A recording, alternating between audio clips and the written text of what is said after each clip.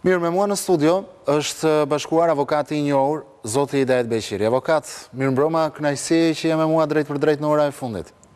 Faleminderit për ftesën. Avokat, sot SPAK ka kërkuar heqjen e imunitetit të zëvendës kryeministres, zonjës Belinda Balluku, njëherësh edhe ministre e infrastrukturës. Fillimisht na shpjegon nga ana juridike, avokat, çfarë po ndodh dhe pse ky veprim I SPAK në një kohë kur vetëm pak ditë më parë gjykata kushtetuese e ka rikthyer në detyrë zonjën Balluku. Jo, në fakt jemi për luftën kundër korrupsionit, edhe krimit organizuar, të gjithë shqiptarët, edhe presin shumë, domethënë, nga kjo strukturë, sikurse edhe nga të gjithë organet e tjera të pushtetit gjyqësor. Sepse s'duam ta pranojmë, këtë vend po 30 e ca vjet e ka mbytur korrupsioni dhe ky vend është varfëruar sa s'ka ku të shkojë më. Kështu që në këtë aspekt, cili do të vlerëson dhe që jo po mbrojmë këtë, mbrojmë atë, unë të paktën nuk mbroj absolutisht askënd. Por kam të shenjtë shtetin ligjor dhe kam të shenjtë një gjyqësor të pavarur I cili të veproj me ligj dhe vetëm në zbatim të ligjit. Në rastin konkret, ne në fakt po kalojmë çdo lloj pritshmërie që kishin shqiptarët për SPAK-un, sepse po bën disa veprime që janë jashtëzakonisht të rënda. Edhe që e deformojnë punën e tij dhe jo vetëm aq, sepse problemet paftësisë ne kemi shtruar gjithmonë për SPAK. Edhe problemet mungesës guximit brenda tij kemi shtruar vazhdimisht. Por edhe problemet kapjes tij nga një pjesë, domethënë nga politika, një pjesë e politikës, të kapjes tij edhe sepse ka politika plot gjëra për disa anëtar të SPAK që janë atje, edhe I mban shtrënguar gjithmonë, edhe I detyruar, u ka hedhur atë frerin, domethënë, edhe I komandon si do vetë, edhe këtë e kemi thënë. Por që të arrijë SPAK deri në nivele të tilla, të cilat janë për mua, domethënë, është një lodër kalamajsh, kush është më I fortë, unë këtë nuk mund ta imagjinonja dot, po faktikisht po e përjetojmë. Sidomos me këtë çështje të zëvendës kryeministres, po e përjetojmë. Në çfarë aspekt? Në aspektin që ti dhe një masë sigurie, edhe masën e sigurisë për këtë. Mendove se edhe vlerësove me provat që kishe, që kjo ka ndikuar në tenderin e tunelit Llogaras. Tuneleve të Llogaras. Dhe në bazën e 258 të kodit penal, more një masë sigurimi duke thënë të mos dalë jashtë shtetit. Pra pengim për të dalë jashtë shtetit, duke I hequr edhe asaj pasaportën. Është masë shtrënguese. Masë e pare shkjo, pastaj vjen masë shtrënguese detyrimi për paraqitje, pastaj vjen masa tjetër garancia pasurore, pastaj vjen tjetra arresti në shtëpi, pastaj vjen arresti me burg. Këto janë masa shtrënguese. Pra ti e more një masë shtrënguese për te. Dhe nuk ngele vetëm e kaq, por kërkove që edhe të pezullohet nga detyra. Kryeministri vendit mendoi që pezullimi nga detyra nuk është në kompetencën as të SPAK për të bërë kërkesë dhe as të GKK-os për ta dhënë një gjë të tillë. Dhe çojnë gjykat kushtetuese. Nuk shkojnë gjykat kushtetuese emri I Belinda Ballukut. Shkoi një pushtet siç është ekzekutivi kundër një pushteti tjetër siç është gjyqësori, që a lejohet një ndërhyrje e tillë dhe a lejohet që ta bësh një gjë të tillë si pushtet gjyqësor, sepse ndryshe do të krijohet pastaj precedenti I rrezikshëm që ky vend nuk është një vend që del nga vota e popullit, nuk është një republik Shqipëria më, por që nga një republik e gjykatësve, e prokurorëve e të tjera. Dhe ky është debati në gjykatën kushtetuese. Dhe a duhet apo nuk duhesh pezulluar nga detyra? Fakti që gjykata kushtetuese e merr në shqyrtim edhe jep masën e pezullimit, thot jo, të vazhdoj detyrën, derisa të shkrytoj themelin unë që të them është kushtetuese apo jo, dhe e ka caktuar gjykimin e çështjes për datën 22 janar të vitit 2026, atëherë ky nxitim I SPAK është, do të më falni që e them në këtë mënyrë, po kalamanllëk. Domethënë, dali kalamaj dhe lagjes, e thon kush është më I fortë? Jam unë apo që nga kryeministri. Edhe Gjela, fillon është Gjeli Spak, e thot që nuk deshe ti për pezullimin, atëre urdhro. Se unë tani kërkoj që ti hiqet imuniteti edhe t'jepet tyja o arresti me burg, o arresti në shtëpi dhe i qonë kërkesën parlamentit. E para, nuk ka ndryshuar absolutisht asnjë lloj gjeje nga akuza. Është e njëjta akuzë. Neni 258 është den 258. Shkelja e barazisë në tendera, thot ajo. Dhe ne ushtuan një tender tjetër, prapë njëjti nenesh. Ne ushtuan edhe 10 tendera tjera, prapë njëjti nenesh. Pra, nuk ka ndryshuar vepra penale. Një vepër penale është kjo që është kryer. Kështu që u muar pra një mas sigurimi dhe ti s'ke pse tani të vazhdosh më tej. Po nga të gjitha pikpamjet, kjo duket që është një hakmarrje primitive. Dhe me hakmarrje primitive nuk mund të luftohet krimi dhe nuk mund të luftohet kriminaliteti. E quani hakmarrje primitive, por të kujt dhe ndaj kujt, avokat?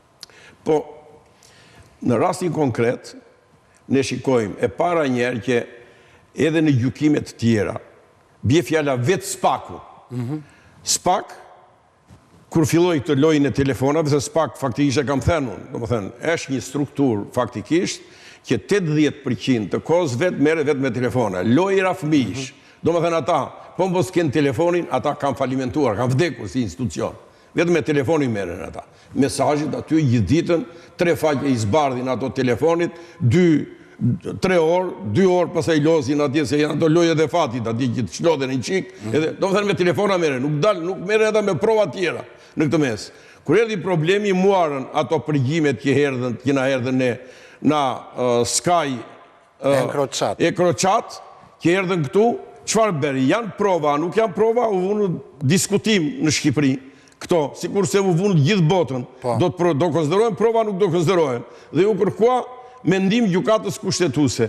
A qojnë do një në gjyq Spaku, para se t'jep të vendim gjykata kushtetuese? Nuk e qoj. Priti vendimin e gjykatës kushtetuese që tha, është, konsiderohet edhe kjo provë, në rrasë ka lidhet me provat e tjera, është edhe kjo dyshimi arsyeshëm e tjera. Dhe po thoni, këtë gjë nuk e ka bërë me zëvendës kryeminist. Derisa ti për veten tënde, kur edhi problemi dhe e kishe rastin tënd, tani, pse je, do më thënë, pse ngutesh kaq shumë dhe nuk pret edhe pak ditë, po më shumë edhe për të thënë që je i pavarur, për të thënë që je ligjor, për të thënë që i përmbush të gjitha kriteret që duhet, do më thënë, për të bërë i besueshëm në këtë vend, dhe që të presësh vendimin e gjykatës kushtetuese. Gjykata kushtetuese do shprehesh për këtë çështje dhe mbasi të shprehesh për këtë çështje, pra që vendoste gjykata kushtetuese bie fjala, është antikushtetues ky vendimi GKK-s, atëherë ti kishe drejt pastaja që edhe mundet kërkonje një mas tjetër. Po kishe drejt ta kërkonje, se drejtën ta jep ligji që mund ta kërkosh. Po logjikisht, juridikisht duhet ta kërkosh se e more masën e sigurimit dhe ke në fuqi. Qa e rejet ka dalë ty tani që e merë? Avokat, duat ju bëj një pyetje të thjeshtë, ndoshta e bën çdo kush. Pse Spak nuk ju drejtua pikërisht parlamentit një muaj më parë, po i drejtohet tani? Po problemi është që edhe po nuk i drejtohesh dot më parë parlamentit, sepse vepra penale për cilën ajo akuzohet, është një vepër penale që nuk e justifikon masën e sigurimit arrest në shtëpi apo arrest në burg. Nuk e justifikon as pak. Mund të justifikon një mas tjetër, detyrimi për paraqitje. Është, do më thëmë, nuk është korrupsion, se po t'ish korrupsion do ish nen tjetër. Nuk është vjedhje, se do ish një nen tjetër. Nuk është përdorim detyre, se do ishe një nen tjetër. Është nen 258. Pra, derisa është ky nen, ndërhyrja, pra, edhe pengimi në tendera, ndikimi në tendera e të tjera, që është bërë, atëre në bazë të këtij neni, pra 258-ës, edhe për masën e dënimit që ka, sepse është me shumë lekësh, do më thënë ajo, sa bën tenderi, deri 1 vit burg, paragrafi parë, na 1 deri në 5 vjet burg, paragrafi 2 i këtij neni.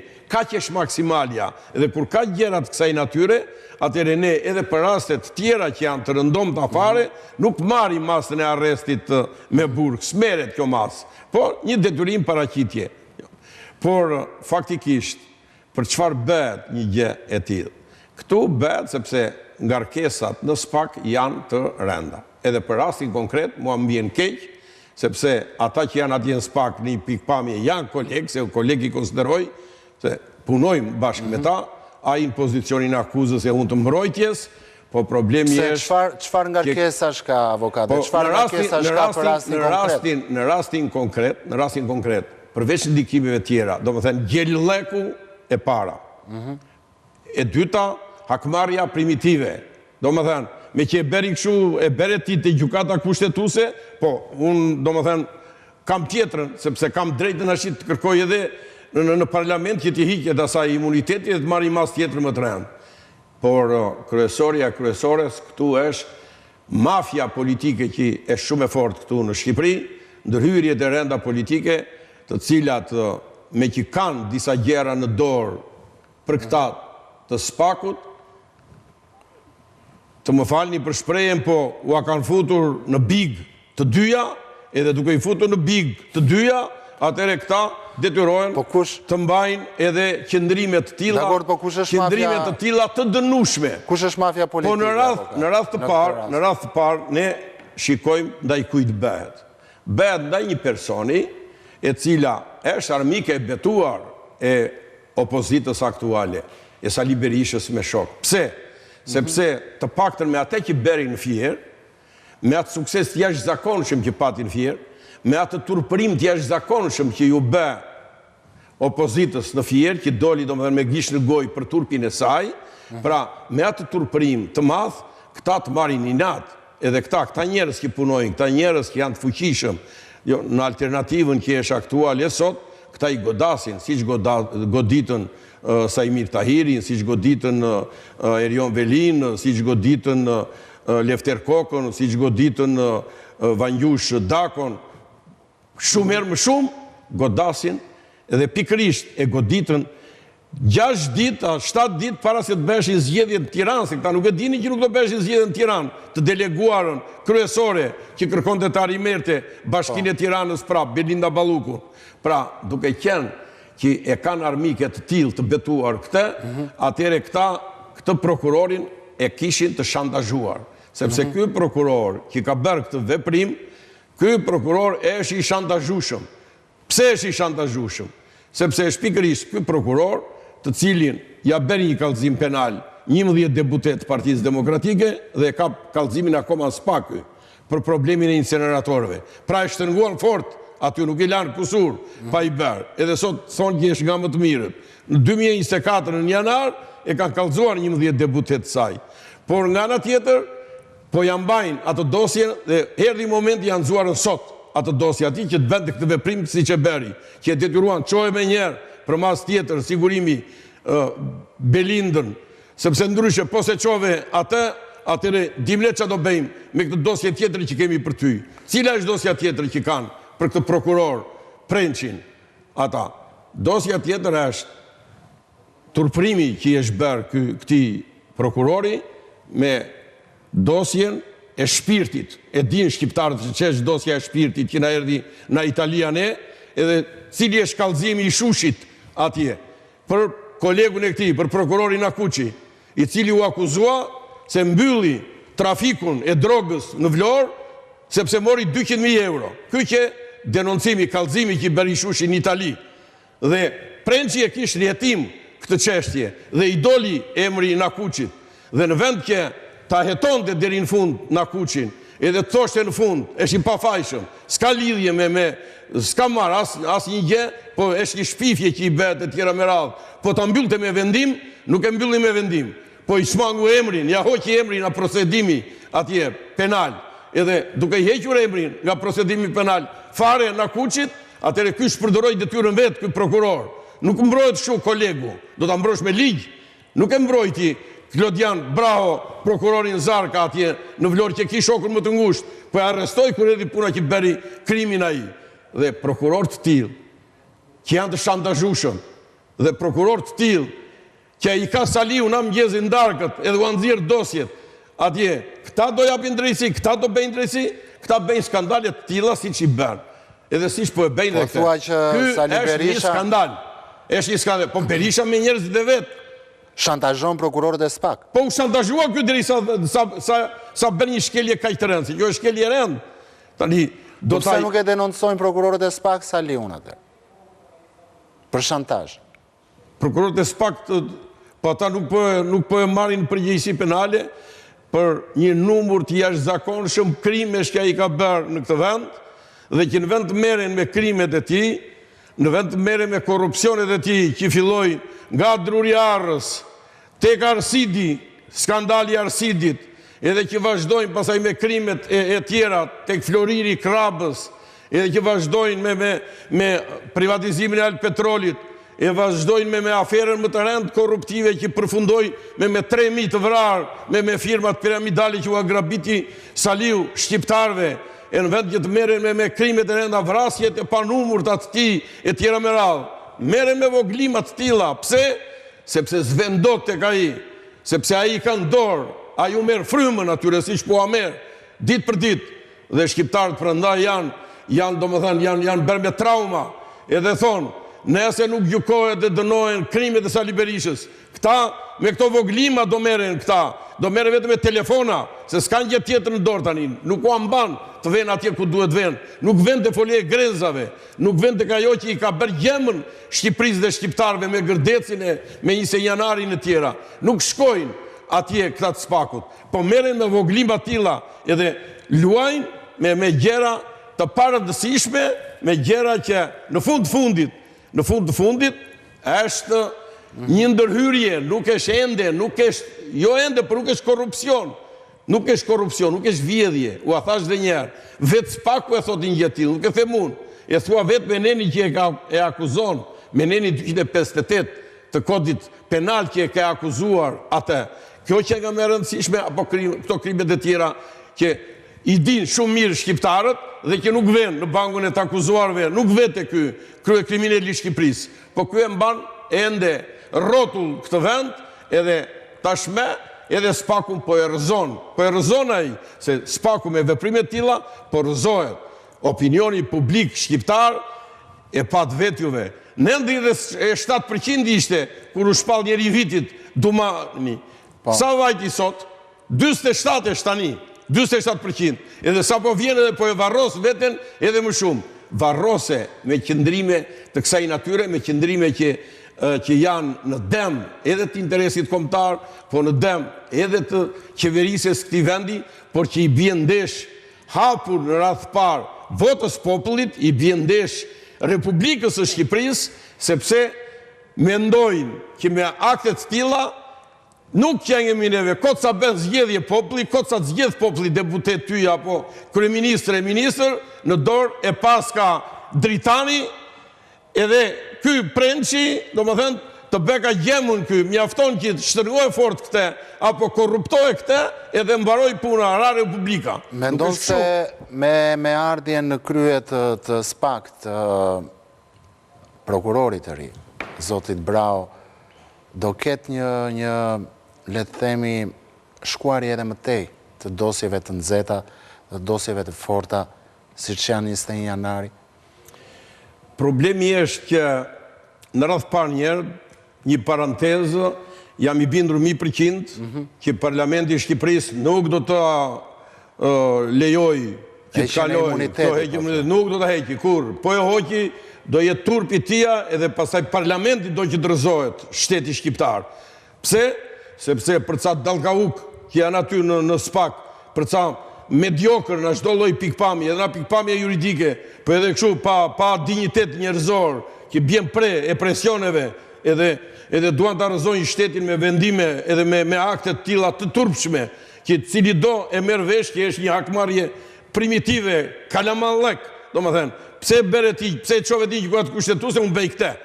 Nuk shkon absolutisht, ata e kanë rrëzuar SPAK-un faktikisht me këtë vendim. Kështu që Parlamenti duhet në asnjë mënyrë edhe me këtë, këta e arritën qëllimin. Se ky është i bindur 100% ky prokuror që nuk e je parlamenti, nuk e heq imuniteti. Po pse e bën këtë gjë? Nuk e di që nuk do t'ja heqi, se nuk ka bazë, as ligjore e tjera. Po ai e bën sepse në këtë drejtim i shërben më mirë Sali Berishës. Pse i shërben më mirë? Se Saliu sido që t'jetë tani, do t'a përdori si armë nesër, kur të mos hiqet imuniteti, do thot, majoranca mbron korrupsionin. Ja, nuk e hoqi imunitetin. Rama e mbrojti se e shpasaj veta i e tjera. Pra, ja dha Spaku armën Berishës. Këtë qëllim kanë, kjo Spaku, se kjo e di, vetë që nuk jepet në rast t'il, arresti asë në shpi dhe asë në burg për këtë person. Pse? Sepse ka mbaruar jetimi, e ke marrë të pandehur, e ke quar qeshtje në gjyq, tani, da qosh i gjyq qeshtjen, mbaroj, qa kërkon? Jo po doli edhe një segment tjetër i rrugës. Po një dalin 20 segmente, e shprap një vepër penale, neni 258, s'ka me. Kjo, si kur vete për një vjedhje, nuk thuet një vjedhje, një nen, një vjedhje tjetër, një nen tjetër. Jo, vjedhja ka 20 fragmente të keshti, është vjedhje. Edhe vetëm nerin 123, ajo mashtrimi, 134, vjedhja, bje fjalla. Po edhe këtu, 258, ka, nuk ka gjë tjetër, do më thënë, ky nen edhe tjenë 20 nga ato. Por ata nuk e kanë në këtë aspekt. E kanë aspektin që ja dhanë armën. Do më thënë, i thonë që ne ja, apo të shërbejnë. Edhe po i shërbejnë.